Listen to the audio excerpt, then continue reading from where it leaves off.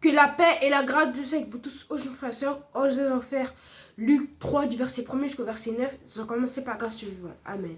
Père, nous te disons merci pour ta grâce, merci pour ta miséricorde. Merci le Seigneur Jésus-Christ. Nous avons besoin de ta présence. Que ton nom seul soit élevé au siècle des siècles. Amen.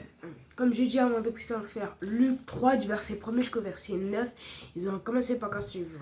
Amen. Amen. La 15e année du règne de Tibé César, lorsque Ponce Pilate était gouverneur de la Judée, Hérode tétrarque de la Galilée, son frère Philippe tétrarque de l'Iturie et du territoire de la Trachonique, Lysanias, tétrarque de l'Abilène, et du temps des souverains sacrificateurs Anne et Caïphe, la parole de Dieu fut adressée à Jean, fils de Zacharie, dans le désert. Et il alla dans tout le pays des environs du Jourdain, prêchant le baptême de la repentance à cause du pardon des péchés, selon ce qui est écrit dans le livre des paroles d'Ésaïe le prophète. C'est la voix de celui qui crie dans le désert, préparez le chemin du Seigneur, aplanissez ses sentiers.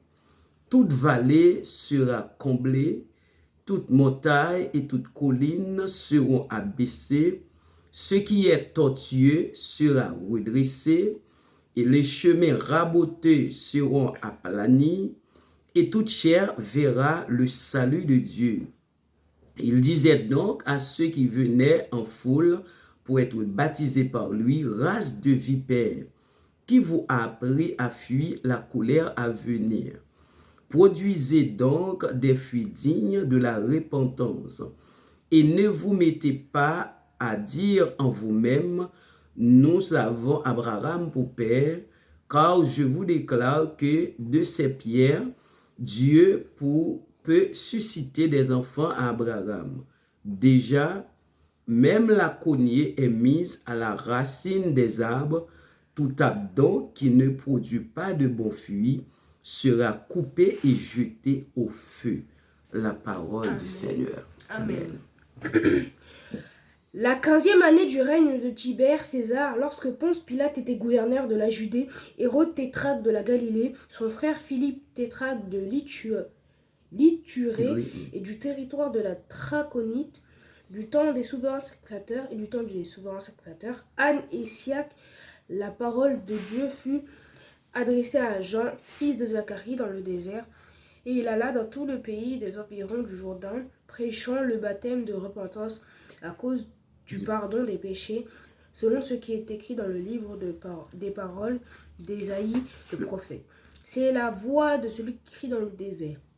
Préparez le chemin du Seigneur, aplanissez ses sentiers, toute vallée sera comblée, toute montagne et toute colline sera abaissée, ce qui est tortueux sera redressé, les chemins raboteux seront aplanis, et toute chair verra le salut de Dieu.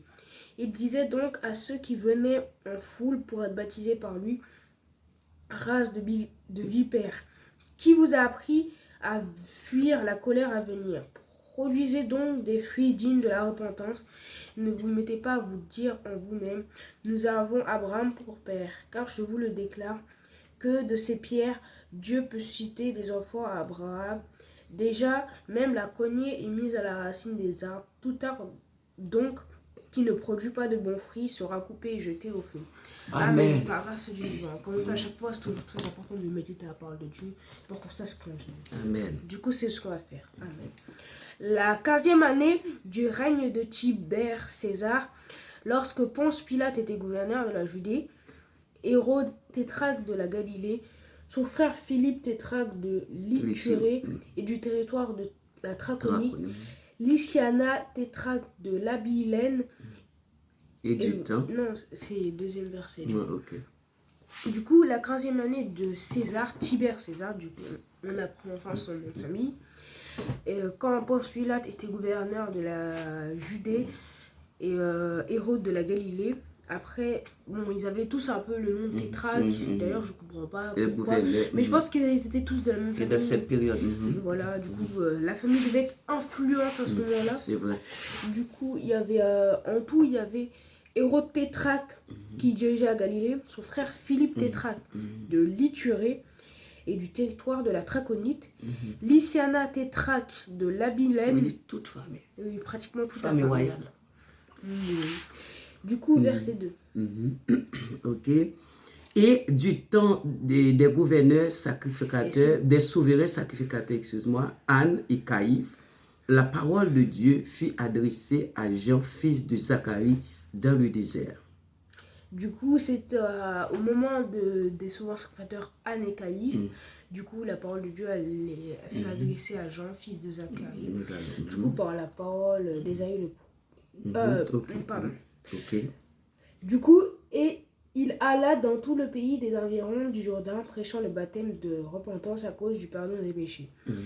Du coup, Jean, fils de Zacharie, bien sûr, il était dans le désert.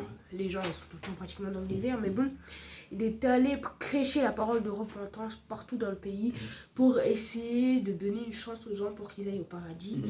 Et on va voir si ça a été fructueux, est-ce qu'il a réussi. Ok. Selon ce qui est écrit dans le livre des paroles d'Ésaïe le prophète, c'est la voix de celui qui crie dans le désert, préparez le chemin du Seigneur, aplanissez ses sentiers. Du coup, selon ce qui est écrit par le livre des D'Ésaïe. paroles d'Ésaïe le prophète, bien sûr, il a écrit beaucoup de choses, lui, c'est un écrivain. Eh bien oui, un grand Du écrivain. coup, il a dit, c'est la voix de celui qui crie dans le désert, préparez le chemin du Seigneur, aplanissez ses sentiers. Et comme vous savez tous, cette phrase est iconique parce que à maintes, bon pas à maintes reprises, mais à plusieurs fois pendant un temps, Jésus disait, non, quelqu'un a dit, je suis celui qui crie dans les déserts, aplanissez les sentiers et préparez son chemin. C'est moi qui a fait ça. Du coup, on va découvrir c'est qui fait ça. On va découvrir c'est qui fait ça. Du coup. Ok. Toute vallée sera comblée, toute montagne et toute colline seront abaissées, ce qui est tortueux sera redressé et les chemins raboteux seront aplanis. Du coup, tout ce qui est mauvais sera bien, tout ce qui est tortueux sera redressé, toutes les montagnes et collines seront abaissées et toutes les vallées seront comblées. Du coup, tout ira pour le mieux, quoi, à ce moment-là. Amen. Tout ira pour le mieux parce que quelqu'un de grand et qui est promis pour de grandes choses sera là à ce moment-là. Ok. Et toute chair verra le salut de Dieu. Du coup, oui, toute chair verra le salut de Dieu parce que si Dieu en a décidé ainsi, qu'il en soit ainsi. Il disait donc à ceux qui venaient en foule pour être baptisés par lui, race de vipères, qui vous a appris à fuir la colère à venir. Une phrase aussi iconique, race de vipères, qui vous a appris à fuir la colère à venir. Du coup, on sait tous déjà cette phrase. Bon, il y en a qui ne savent pas, mais c'est pas un problème. Race de vipères. Bon, on ne parle pas vraiment du serpent. Bien sûr, quand on parle de vipères, on parle pas du serpent. Mais là, Jean dit que les gens sont hypocrites entre eux et ils fuient leur responsabilité de la colère qui va venir parce que eux ils se disent oui c'est bon, j'ai déjà lu la Bible hier, j'ai déjà lu la Bible je sais pas il y a 2 semaines, j'ai déjà lu la Bible une fois dans ma vie, du coup ça va, je vais au paradis, je peux faire ce que je veux. Pourtant c'est pas vrai. C'est pas du tout ça, vous êtes complètement à côté de la plaque. Certes c'est bien que vous ayez lu la Bible 1 fois, 2 fois, 3 fois, mais il faut continuer à rester dans la parole. C'est pour ça qu'on vous encourage à le faire, c'est pour ça qu'on est là pour le faire avec vous. Ok. Produisez donc des fruits dignes de la repentance et ne vous mettez pas à dire en vous-même, nous avons Abraham pour père, car je vous déclare que de ces pierres, Dieu peut susciter des enfants à Abraham. C'est ce que je viens de dire, du coup, que c'est pas parce que eux ils ont lu la Bible ou même que c'est des enfants à Abraham ou même que des fois ils ont un cousin, il est prêtre, il est pasteur, ils ont des parents, une église, qui sont dans une église, qui ont une église, qui louent une église, quoi que ce soit qui est en rapport avec l'église, parce qu'il y a ça que ils vont directement aller au paradis. c'est justement dans l'ignorance et ils se disent oui c'est bon, c'est un truc normal. Non, pas du tout. Faut toujours rester dans la parole de Dieu et faire de son possible. Parce que si bien sûr on ne peut pas, il y a des obligations des fois, on ne peut pas. Le Seigneur ne va pas te blâmer pour ça. Tu peux revenir un autre jour, tu peux faire une prière après pour essayer pas de te rattraper, mais surtout de prendre consacrer un moment avec Jésus-Christ. Dieu nous a dit nous devons prier sans cesse. Oui, voilà, on devrait prier sans cesse. Du coup, pour essayer d'avoir un moment avec Jésus-Christ, se consacrer avec Dieu. Du coup, il dit que dès maintenant, il peut donner des enfants à Abraham avec des petites pierres, avec n'importe quel objet qui est autour de vous. Il y en a beaucoup du coup, mais n'importe quel objet il peut donner des enfants à Abraham. Du coup, comme rien n'est impossible, c'est vrai. Du coup, comme rien n'est impossible, faut faire attention. Déjà, même la cognée est mise à la racine des arbres. Tout arbre donc qui ne produit pas de bons fruits sera coupé et jeté au feu. Mais du coup, la cognée, c'est une sorte de hache, c'est dans la famille des haches, je ne savais pas ce que ça voulait dire. Mais j'aurais pu deviner quand il dit tout arbre donc qui ne produit pas de bons fruits sera coupé et jeté au feu. On peut quoi, une hache, et la cognée c'est comme une hache, c'est la même. Du coup, il dit dans ses paroles que même la cognée est mise à la racine de l'arbre, c'est-à-dire au plus profond de l'arbre. Jésus déjà est déjà dans notre cœur, dans notre racine. Et nous devons porter des fruits. Voilà, on doit porter des fruits. Et tout arbre qui ne donne pas de beaux fruits sera coupé et jeté au feu.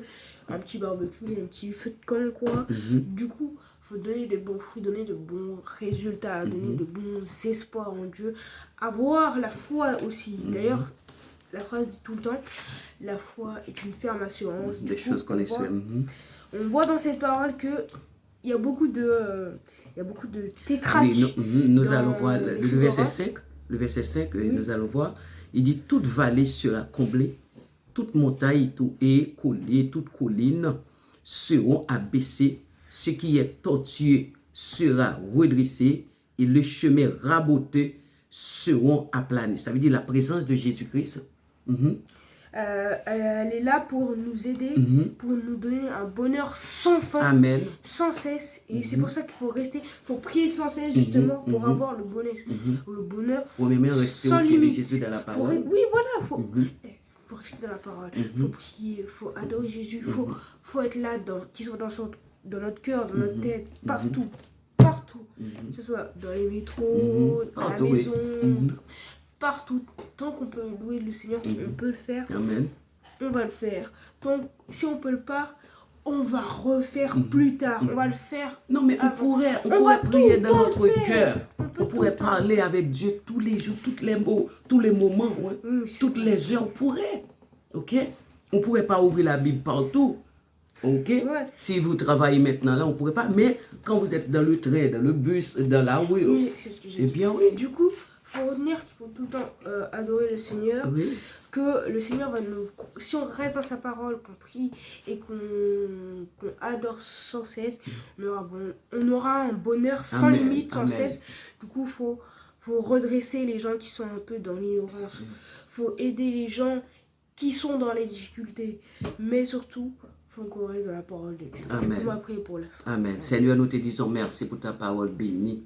Nous te disons merci pour la lumière, que Dieu est la lumière du monde. Seigneur, nous avons besoin de toi. Ta parole, c'est la vie, c'est la paix. Nous te disons merci, Seigneur. Merci pour ta grâce éternelle. Que ton nom seul soit glorifié, magnifié au siècle des siècles.